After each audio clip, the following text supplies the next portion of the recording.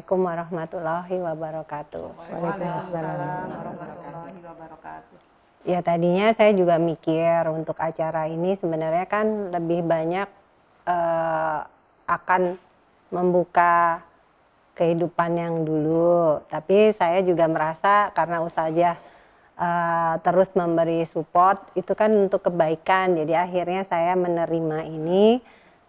Semoga apa yang nanti akan saya ceritakan atau pengalaman saya ini bisa menjadi pelajaran dan ilmu yang bisa dimanfaatkan insya Allah. Amin, amin, insya Allah. Jadi mudah-mudahan ya Allah ridho dengan apa yang akan saya ceritakan juga. Jadi dari awalnya memang saya dulu berawal dari keluarga yang kehidupannya memang modern. Jadi ayah saya itu dengan ibu saya itu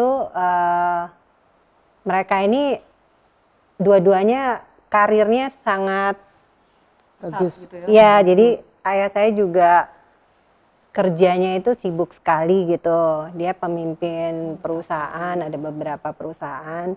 Terus ibu saya itu dosen, kemudian menjadi konsultan. Jadi kita dari kecil tuh kehidupannya memang kurang banyak dengan orang tua. Karena orang tua kita kan terlalu sibuk.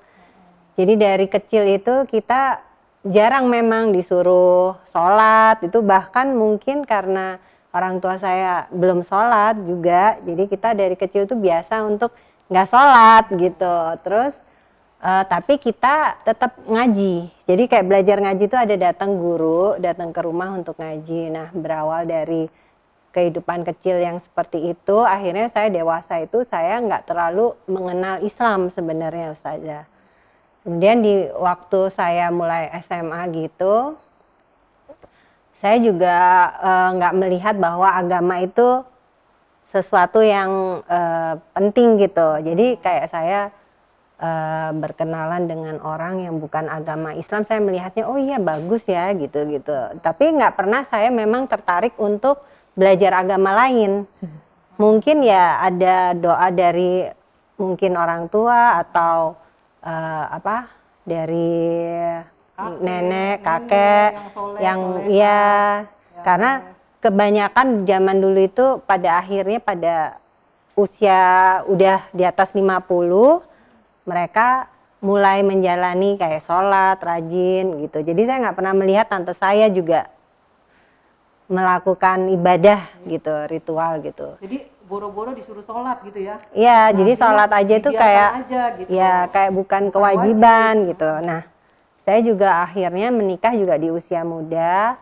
Terus pada saat itu juga kita berkeluarga bukan dengan kehidupan yang islami gitu, jadi modern aja gitu, nggak sholat, terus nggak belajar agama, sampai akhirnya saya bercerai, kemudian saya menikah untuk yang kedua kalinya. Nah di situ saya merasa bahwa kehidupan perkawinan saya yang pertama itu gagal karena kita sama-sama nggak mengenal Allah, karena kehidupan kita itu terlalu duniawi, yang dipikirkan hanya harus sukses, harus kaya, terus kita hidup di dunia yang kita harus menjadi orang yang ya materi, pokoknya status penting, materi. Ya kan materi itu penting. Nah saya lelah di situ sebenarnya di perkawinan saya yang pertama. Kayak nggak ada ketenangan gitu ya Mbak Fe ya?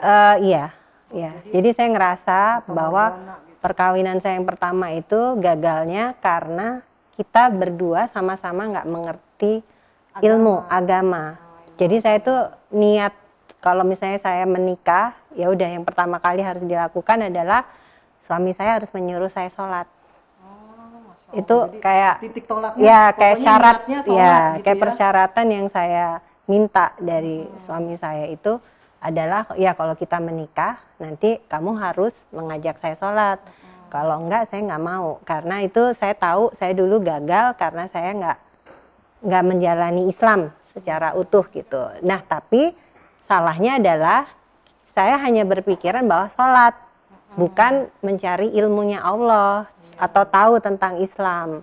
Jadi pokoknya akhirnya sholat dulu lah gitu. Ya sholat dulu. Tapi nggak apa-apa aja ya teman-teman ya, kan sholat itu yang pertama kali dihisab. Ya jadi sebenarnya proses hidayah itu kan dari macam-macam. Ya kalau ini tadi dari musibah, dari ujian. Ya, nah Mbak Fe ini dari keinginan sholat, niat. Itu tadi yang dalam hadis, faman kanat hijratuhu ilallahi wa rasulihi fa hijratuhu ilallahi wa rasulihi. Jadi Mbak Fe ini niatnya tanpa sadar pengen sholat gitu. Nah ini kan niat baik. Jadi sholat itu memang pengen deket sama Allah. Itu otomatis. Artinya Allah menghentaknya dari sholat itu. Nah nanti dari sholat itu akan ada keinginan-keinginan yang lain, akan ada hidayah-hidayah yang lain, ya, dan itu Allah buktikan. Makanya kita kan disuruh niat, innamal a'malu binniyat, segala sesuatu tergantung niatnya. Jadi memang kita suruh niat yang baik-baik, niat yang baik-baik sampai sekarang pun, bahkan kalau ada sebuah metode ya, itu disebutkan niat itu dalam suasana yang bahagia. Jadi walaupun niatnya baik, ya, tapi kalau suasana hatinya sedih atau menderita dan lain-lain, nanti khawatir wujudnya akan beda dengan yang kita inginkan.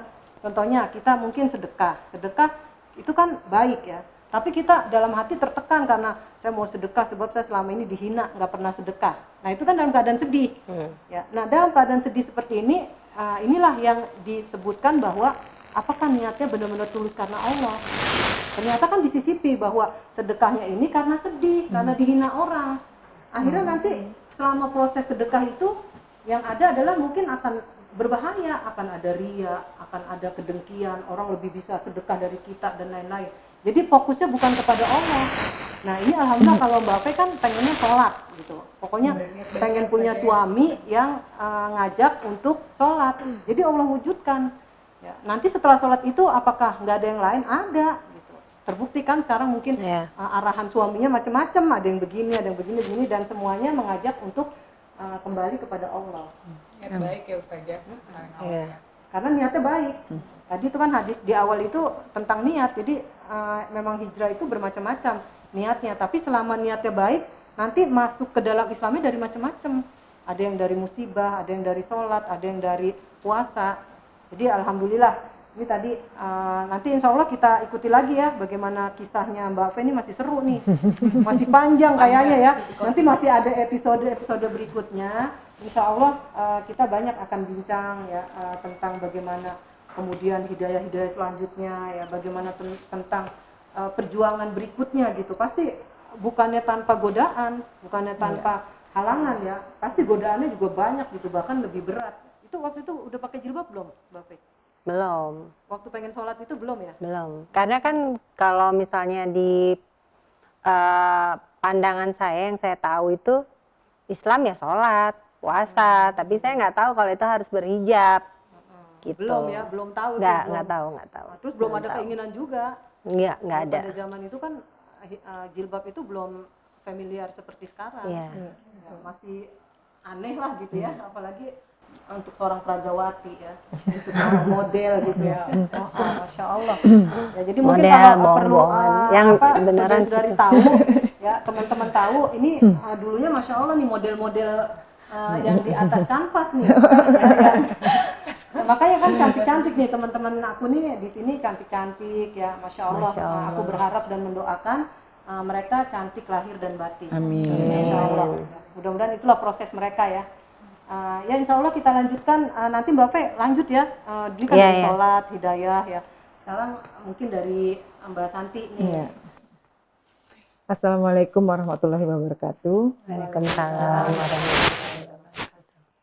Kalau ditanya asal mulanya hijrahnya saya juga bingung Ustazah, karena semuanya bergulir dengan sendirinya. Jadi kalau ditanya kenapa hijrah saya juga nggak tahu. Maksudnya bukan nggak taunya dalam arti bukannya nggak tahu gimana. Jadi saya itu tahun 2015 saya pergi umroh. Ini pergi teman-teman umroh semua nih bareng. Seru banget. Iya. Hijrah bareng.